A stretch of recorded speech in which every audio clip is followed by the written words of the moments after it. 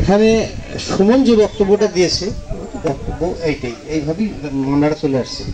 ৭৩ সালে জমিটা পাওয়া হয় আমার দাদু পূর্ণচন্দ্র, আমি বলি আমার দাদু পূর্ণচন্দ্র সরকার, কেনেন কার কাছ থেকে, মাখন মামলার কাছ থেকে। তারপরে মামলারা ওই যে যেটা বললো যে টাকা দেখি তাই করে। আমি কিন্তু তখন তো আমার ছোটো, কিন্তু পরবর্তীতে যখন মানে মামলার দায় দায়িত্ব আমাদের মধ্যে চলে আসে, আমার কাছে চলে আসে ১৪ সালে। হ্যাঁ, তার আগে আমার বাবা ছিল, কাকা ছিল, তারা করছে আমরা জানি না, আমি ছেলে তারা লেখাপড়া নিয়ে গেছে। যাই হোক, ৭৩ সালের মামলা চলে আসে। তারপরে ওরা ওই নিম্ন কোর্ট থেকে একটা রায় পায়, সেই ২৫ সালে কত জানাই বলতো সাত বলা কথা। যাই হোক, তারপরে ওটার বিরুদ্ধে আপিল হয় জজ কোর্টে। জজ কোর্টের আপিলে আমাদের পক্ষে রায় চলে আসে। তারপরে জজ কোর্টের রায়ের বিরুদ্ধে নসিবুদ্দিন, হ্যাঁ, এবং নসিবুদ্দিন কম তারা হাইকোর্টে যায়, হাইকোর্টে মামলা করে। এ পর্যন্ত এই মামলা করার পরে তারপরে আর কোনো খোঁজ খবর নেই একেবারে, মানে ১৪ সাল পর্যন্ত। ২০০৮ সালে আমার বাবা মারা যায়, তার আগের বছর আমার কাকা মারা যায়। হ্যাঁ, এই মামলার কোনো খোঁজ খবর নেই বা কোনো কিছু নেই আর কি, এক কথায়। এবং সেই সময় এই যে জমিগুলো বিক্রয় হয়েছে, হ্যাঁ, বিক্রয় করতে কোনো বাধা ছিল না, ক্রয় করতে কোনো বাধা ছিল না। হ্যাঁ, কোর্টের বা কোনো নিষেধাজ্ঞা, কোনো স্টে অর্ডার, কোনো কিছু ছিল না, একদম ফ্রেশভাবে ওখানে ইয়াতে গেছে, বিক্রি হয়েছে, তারা কিনে গেছে এবং তারা খারিজ সাহায্য করছে।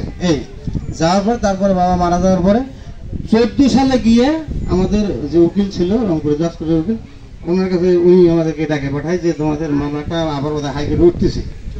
আমরা কিন্তু জানি না, কারণ বাবা কাকার ব্যাপারে আমি জানি না। তারপরে উঠতেছে, তখন বাবা কাকা মারা গেছে। তখন দৌড়ে কি হলো, রংপুরে গেলাম, উকিলের সঙ্গে যোগাযোগ করলেন, হ্যাঁ তোমাদের কেসটা হাইকোর্টে উঠেছে আবার। তারপর হাইকোর্টে আমরা দৌড়ে গেলাম, তখন আমাদের উকিলের মাধ্যমে আমরা চেষ্টা করলাম, তা হাইকোর্টে গিয়ে আমাদের বিপক্ষে রায় হলো।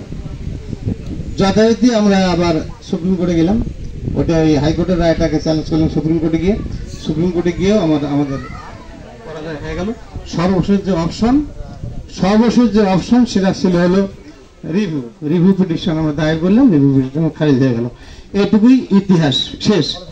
এর মধ্যে আরেকটি কথা আছে, তারপরে ও পরবর্তীতে আবার কোর্টের ইয়ে নিয়ে এসে পরোয়ানা নিয়ে এসে, দখলি পরোয়ানা নিয়ে এসে তারপরে সে ঢাক ঢোল পিঠে চারিদিকে ফ্ল্যাগ গেড়ে এটা কিন্তু দখল করছে সরকারিভাবে। এইটুকু সত্য ঘটনা। তারপরে কিন্তু এর মধ্যে আমি আর একটা কথা বলি, আমি এমদাকে রিকোয়েস্ট করেছিলাম যে না, এই যে যারা আজকে ক্ষতিগ্রস্ত হচ্ছে বা লোকগুলো যারা জমি নিয়েছে, আমি অস্বীকার করতে পারবে না, জমি যারা নিয়েছে তারা কিন্তু এখানে আবাদ করে খাওয়ার জন্য জমিটা নেয়নি।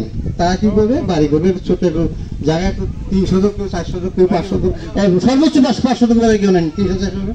ভাই এই জমিগুলোর প্রতি তোকে কিছু না করে ওরা যেভাবে এখানে আসে তারা করে থাক, ওরা বাড়ি ঘর করে আসে থাক, বাকি জায়গায় যেটুকু থাকে সেটুকু তুই খায় না, আমার অংশ আমি ত্যাগ করলাম।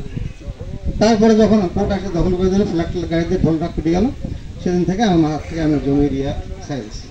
এবং পরবর্তী ফ্যাক্টর এই দখল হওয়ার পরে, ওর দখল করার পরবর্তী যে পদক্ষেপ, এগুলো আমি জানি না কে কী করছে না করছে, এরা কী করতেছে এই পক্ষ, ওরা কী করতেছে, এরা একান্তই ওদের ব্যাপার। আমি এখান থেকে একেবারেই চাকরি করছি, আমার গত বছর চাকরি আমার শেষ হয়ে গেছে, তারপর থেকে আমি চলে গেছি। ব্যক্তিগতভাবে আমি খুবই অসুস্থ, আমি একবার স্ট্রোক করেছি, আমি একেবারে মানে বিধ্বস্ত মানুষ, অর্থনৈতিকভাবে বিধ্বস্ত। ৭৩ সাল থেকে দীর্ঘ ৪০-৫০ বছর এই আমি একটু